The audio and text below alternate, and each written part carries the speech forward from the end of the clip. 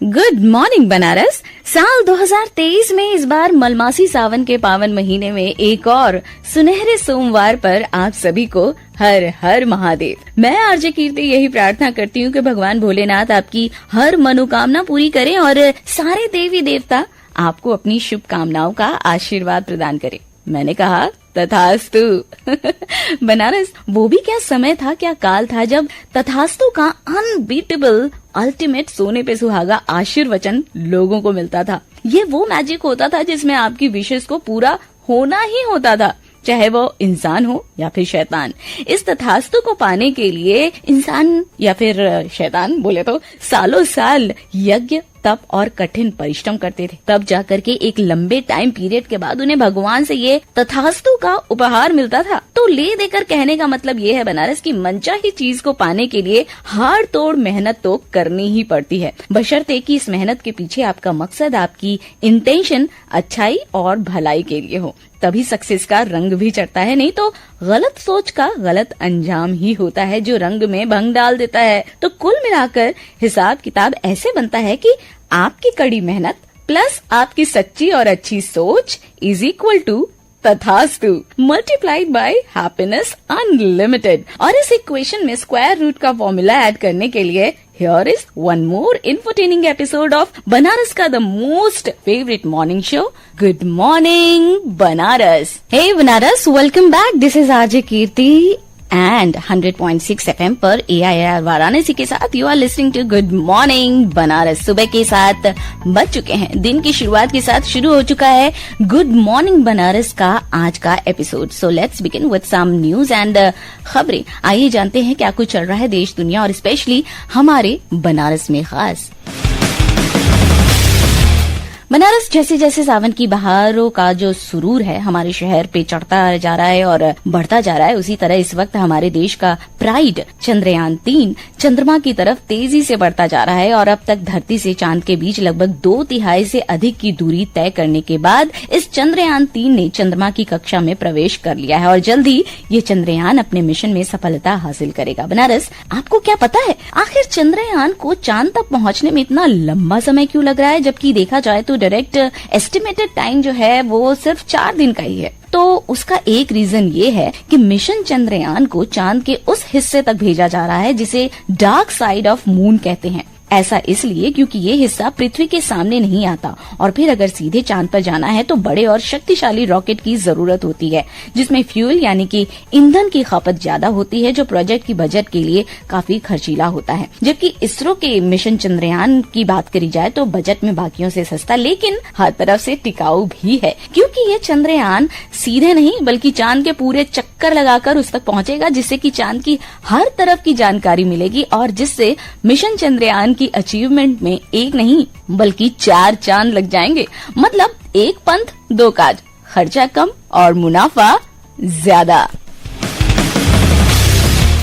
बनारस अपने शहर में जिस तरह से डेवलपमेंट के रास्ते बन रहे हैं, वहीं इन रास्तों पर आपकी स्पीड और डिमेंशन में तेजी आए, इसके लिए अमृत भारत स्टेशन योजना लॉन्च हो चुकी है, जिसके तहत बनारस सहित वाराणसी सिटी और काशी स्टेशन सहित पूर्वांचल के 10 से ज्यादा रेलवे स्टेशनों का कायाकल्प होगा। इन सभी स्टेशनों पर विकास परियोजना का पीएम मोदी जी ने वर्चुअल रूप से शिलान्यास भी कर दिया है। इन स्टेशन पर स्थानीय विरासत और कला संस्कृति की झलक तो दिखेगी ही, इसके साथ ही हर स्टेशन पर प्राचीन विरासत को भी संजोया जाएगा।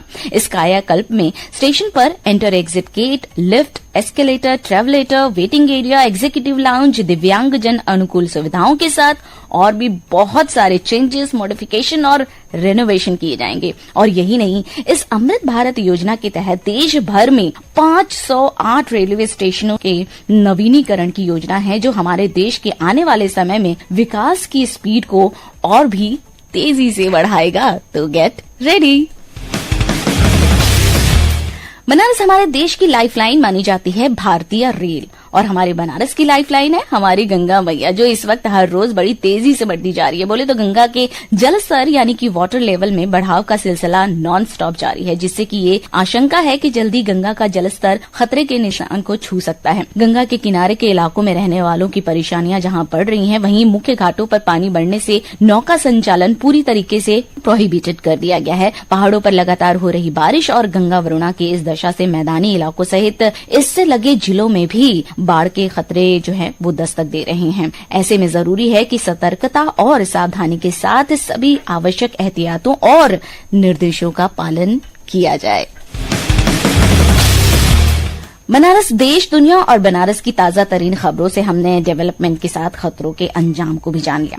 बारिश का मौसम सुहाना तो होता है, लेकिन अपने साथ कई परेशानियों को भी लेकर आता है कि नहीं? जिसमें कि एक सबसे महत्वपूर्ण परेशानी है ढेरों बीमारियां, जिसमें कि dengue, malaria, eye flu, conjunctivitis और न जाने क्या क्या शामिल होते हैं। हम अपनी सेहत के लिए तो हर दिन जागरूक होते हैं और जागरूक बनते भी हैं, लेकिन हमारे फैमिली के जो सबसे खास मेंबर होते हैं, जिनकी बात की जाए तो वो हमसे कुछ कह नहीं सकते हैं हमारे शब्दों में, लेकिन हमारे इमोशंस को वो बहुत जल्दी भाप जाते हैं, तो उनकी भी देखभाल जरूरी है। और ये कौन है?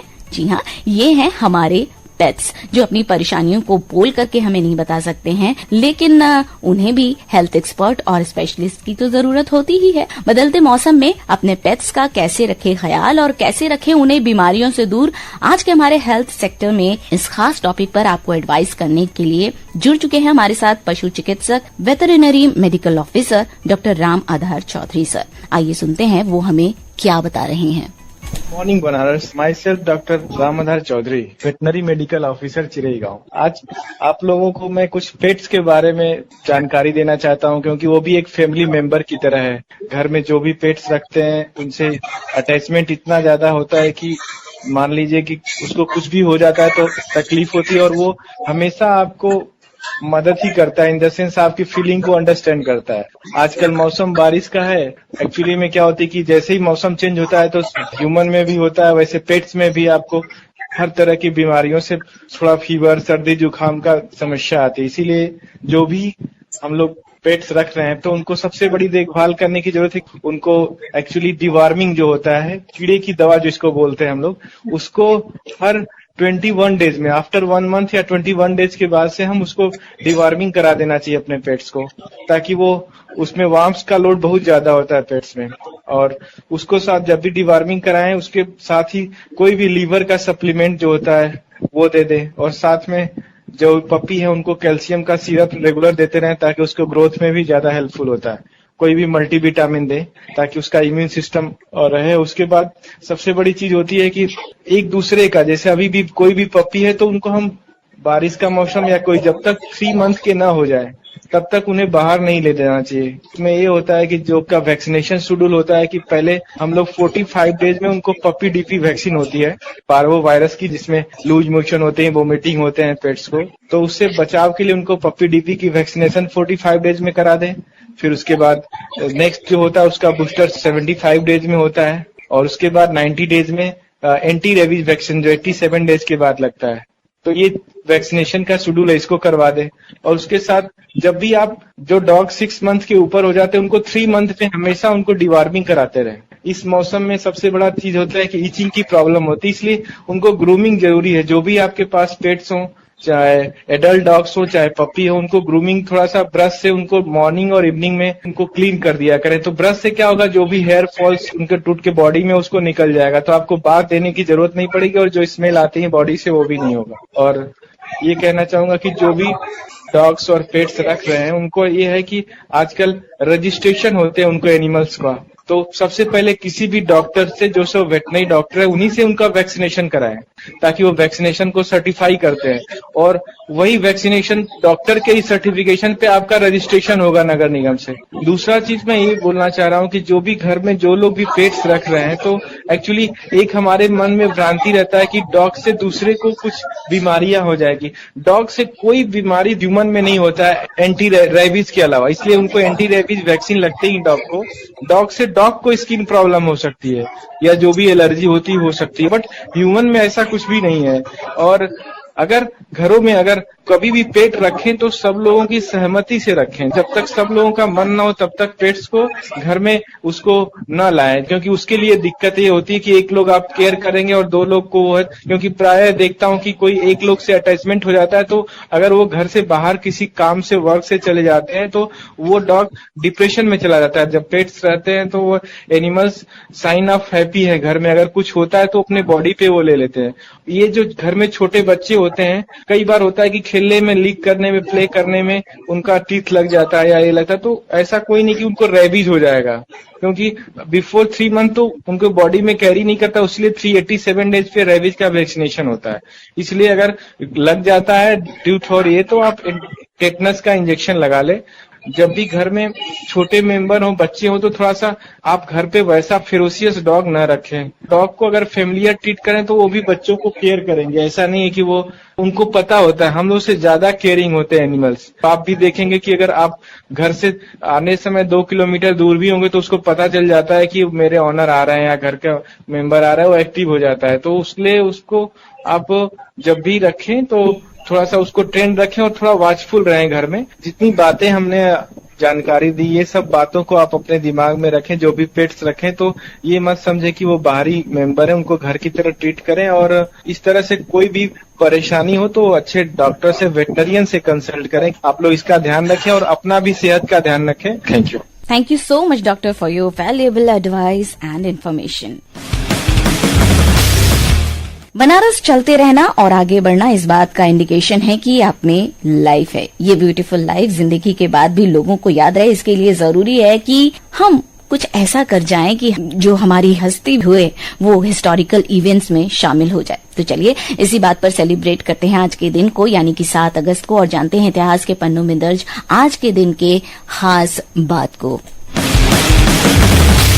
तो बनारस आज के महादिन साल 1944 यानी कि 1944 में पहले कैलकुलेटर के नाम पर 51 यानी कि 51 फीट लंबी, 8 फीट ऊंची और 5 टन वजन की एक विशाल मशीन का निर्माण हुआ था। आज ही के दिन ईयर 1985 में गीतराम सेठी, जो कि वर्ल्ड एमेच्योर बिलियर्ड्स चैंपियनशिप था, उसको उन्होंने जीता था ऑस्ट्रेलिया के बॉब मॉर्शर को हरा करके, और इस चैंपियनशिप को जीतने वाले वो तीसरे भारतीय बने थे।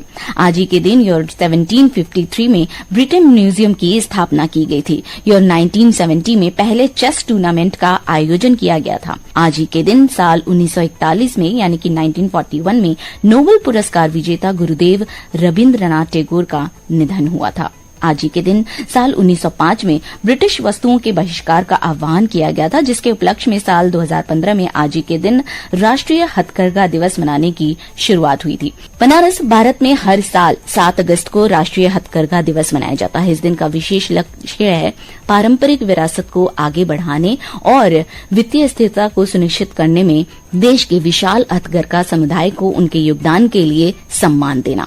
इस दिन साल 1905 में लॉर्ड कर्जन ने बंगाल विभाजन की घोषणा की थी, जिसके खिलाफ भारतीयों द्वारा ब्रिटिश सरकार के विरोध में एक स्वदेशी आंदोलन की शुरुआत हुई थी। इस आंदोलन में विदेशी वस्तुओं का बहिष्कार कर स्वदेशी वस्तुओं को अपनाने पर जोर दिया गया था और इसी उपलक्ष्य में मनाया जाता है राष्ट्रीय हथकरघा दिवस। बनारस आज ही के दिन की विशेष महत्ता की बात करें तो सावन में सोमवार व्रत पर काफी जोर दिया जाता है, क्योंकि आज का दिन यानी कि सावन का सोमवार भगवान भोलेनाथ का सबसे प्रिय दिन है। आपको बता दूं, जैसा कि अंग्रेजी कैलेंडर के हिसाब से हर 4 साल पर लीप ईयर आता है, वैसे ही हिंदी पंचांग के अनुसार 3 साल में एक बार मलमास पड़ता है। इसे अधिक मास या पुरुषोत्तम मास भी कहते हैं। और तो और जिस चंद्रमास में सूर्य की संक्रांति नहीं होती, यानी कि सूर्य एक राशि से दूसरे राशि में प्रवेश नहीं करता, उस मास को मलमास कहते हैं। मलमास पड़ जाने के कारण पूरे 1 महीने शुभ कार्य की मनाही होती है। मलमास में भगवान विष्णु को पूजा जाता है, ये भगवान विष्णु को समर्पित होता है और माना जाता है कि इस अवधि में विष्णु भगवान की उपासना करने से शुभ फल की प्राप्ति होती है। आपको भी हर पल इस शुभ फल की प्राप्ति हो, ढेर सारी शुभकामनाएं। और चलिए अब last but not the least उन महान हस्तियों को भी दे देते हैं बेस्ट विशेस, जिन्होंने आज के दिन इस धरती पर जन्म लिया। आइए हम उनका हैप्पी द बर्थडे मनाएं और उन्हें बर्थडे विश करते हैं। तो बनारस आज ही के दिन साल 1871 में हुआ जन्म प्रख्यात कलाकार और साहित्यकार अवनींद्र नाथ ठाकुर जी का। बात करें साल 1925 की, तो आज ही के दिन प्रसिद्ध भारतीय कृषि वैज्ञानिक तथा हरित क्रांति के अगुआ MS स्वामीनाथन का हुआ जन्म। ख्याति प्राप्त भारतीय गायक सुरेश वाडकर जी का भी है आज जन्म दिवस। इनके बारे में और भी बहुत सारी बातें हम करेंगे मधुरिमा प्रोग्राम में। हाल फिलहाल सुबह के 7:20 थोड़ी देर में होने वाले हैं प्रादेशिक समाचारों का सिलसिला शुरू भी होगा।